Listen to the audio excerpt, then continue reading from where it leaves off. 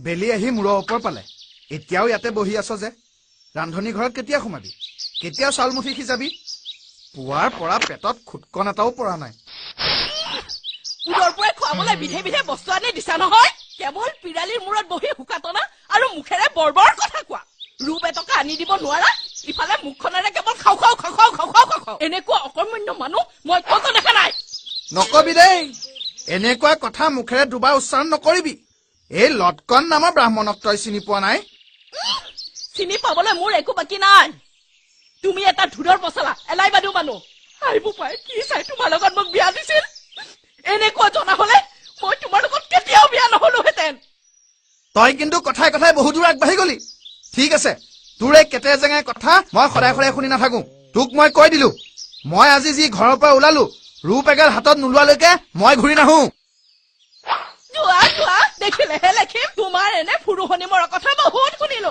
এইবাৰ যদি সুদা হাতে ঘূৰি আহা তুমি কিন্তু ঘৰৰ চোতালত ভৰি দিব নোৱাৰা কৈ থলো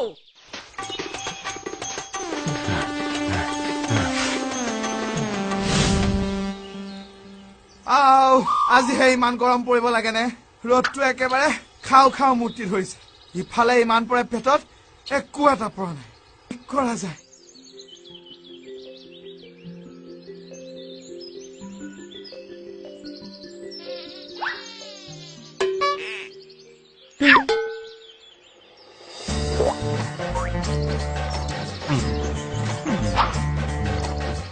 কি কৈছা তোমাৰ নাম কি মোৰ নাম মাখি মই মিঠৈ খাবলৈ আহিছো মাখি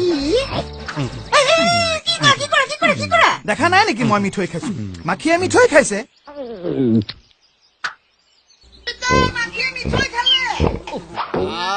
ইয়াৰ পৰা শান্তিৰে ঘুমতি মাৰিবও নোৱাৰো শেষ কৰি যদি কৰক তই কাপ কাপাই নাথাকিবি কৈ দিছো কিন্তু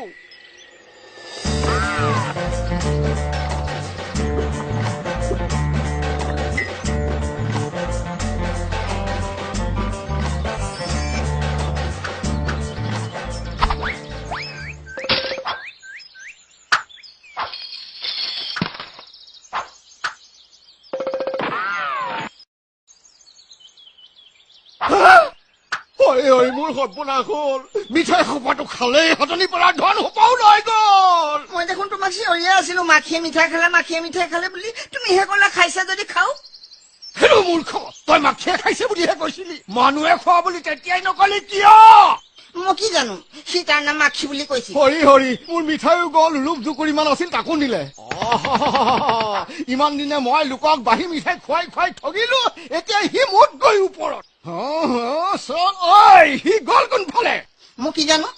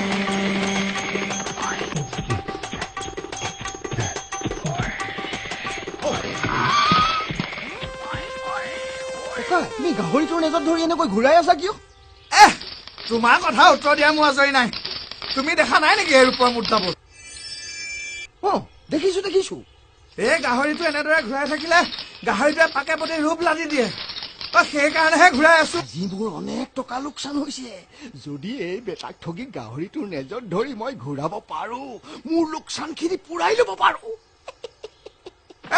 কিনো ইয়াত থিয় হৈ চাই আছা হে দেখা নাই তুমি চাই থকাৰ কাৰণে গাহৰিটোৱে ৰূপ নলনা হ'ল ককাই মোৰ বৰ বিপদ। মোক যদি তোমাৰ এই গাহৰিটোক পাকচেৰে ঘূৰাই ৰূপ ঘটিবলৈ দিয়া মোৰ বৰ উপকাৰ হয়। তুমি বিপদত পৰা পথিক, তোমাক উপকাৰ কৰিলে মোৰ পুণ্য হব।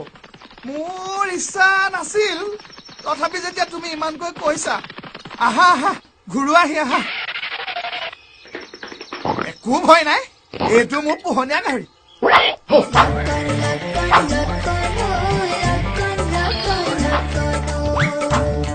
থাকিবা দেই। কি কৰা কি কৰা কি কৰা মোৰ ঘোঁৰাটো পলাই নিয়া।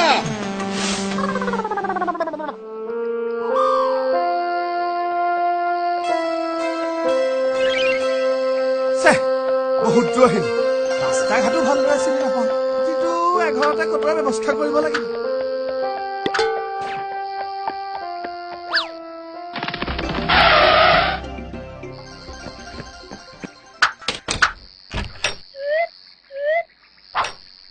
আপুনি কাক বিচাৰিছে? মই এই ঘৰৰ গৃহস্থক বিচাৰিছো। মই এজন দূৰণিবতীয়া ব্ৰাহ্মণ পথি। দয়া কৰি মোক ৰাতিটো কটাবৰ বাবে অকণমান ব্যৱস্থা কৰি দিবনে? ইয়াক ৰাতিটো থাকিব দি দুটামান ৰূপ ঘটিব পৰা যেন পাওঁ। ঠিক আছে থাকিব পাৰিব। কিন্তু আপুনি থকাৰ বিনিময়ত ৰূপ 2 টকা দিব লাগিব। ৰূপ 2 টকা? ৰহ বেটা, তোক দি আছো। হ'ব, আপুনি বৰ দয়ালু মানুহ, বলক। চাওঁ, ঘোঁৰাটো মোক দিয়ক, মই ঘোঁৰাটো সৌ তাত বান্ধি থওঁ।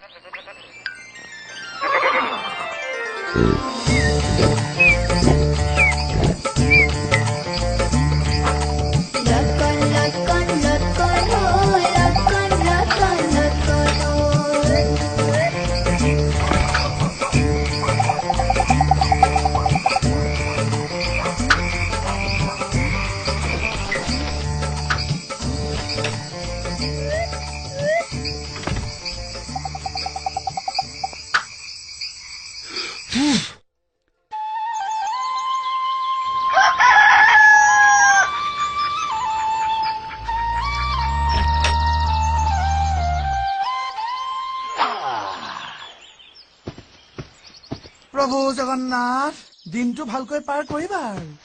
ডাঙৰীয়া উঠিল? নিশাটো ভাল টোপনি হ'লনে? হৈছে। আপুনি মোক বৰ আৰামেৰে ৰাতিটো পাৰ কৰাৰ সুযোগ দিলে। পিছে মোৰ ঘোঁৰাটো? আছে সৌ তাত মই বৰ যত্ন কৰি বান্ধি ৰাখিছো। বলকচোন বলক, এই ঘোঁৰাটোৱে মোৰ প্ৰাণ।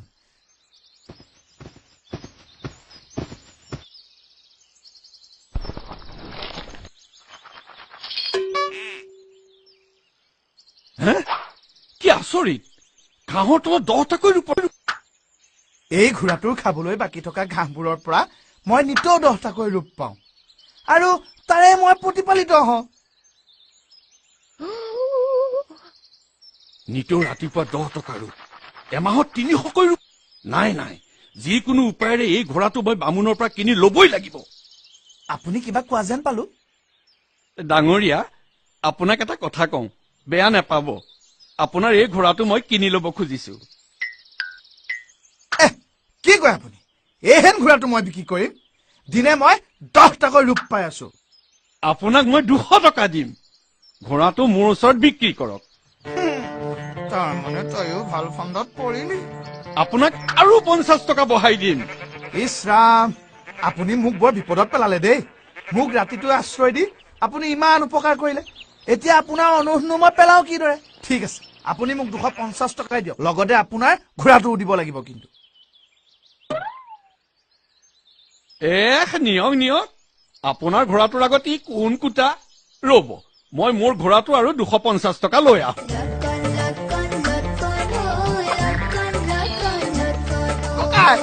গাহৰিটোৱে এতিয়ালৈকে কিমানটা ৰূপ লদিলে? মোক ভাল ঠগিলা। হেৰা, তুমি মোৰ কথা শুনা। লেখি আৰু 100 পাক ঘূৰোৱা, দেখিবা ৰূপ 100 পাই গৈছা। থাকা, আহো দেই।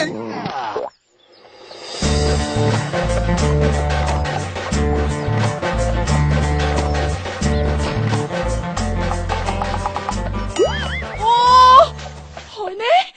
সঁচাকৈয়ে আমাৰ বামুণেই নে? এইটো কাৰ ঘোঁৰা লৈ আহিল? ঐ, তই মোক কি কৈছিলি? মই অকমন্য এলাই বাৰু, এতিয়া গম পালি? এইটো ঘোঁৰা আজিৰ পৰা আমাৰ, আৰু এয়া তই সদায় ইচ্ছা কৰি থকা ধন বিধ। ইয়াৰে প্ৰথমতে ৰাইজক ভালকৈ এসাঁজ চাহ জলপান খোৱা গম পালি নহয় বুদ্ধি থাকিলে পৃথিৱীত কাৰো মৰণ নাই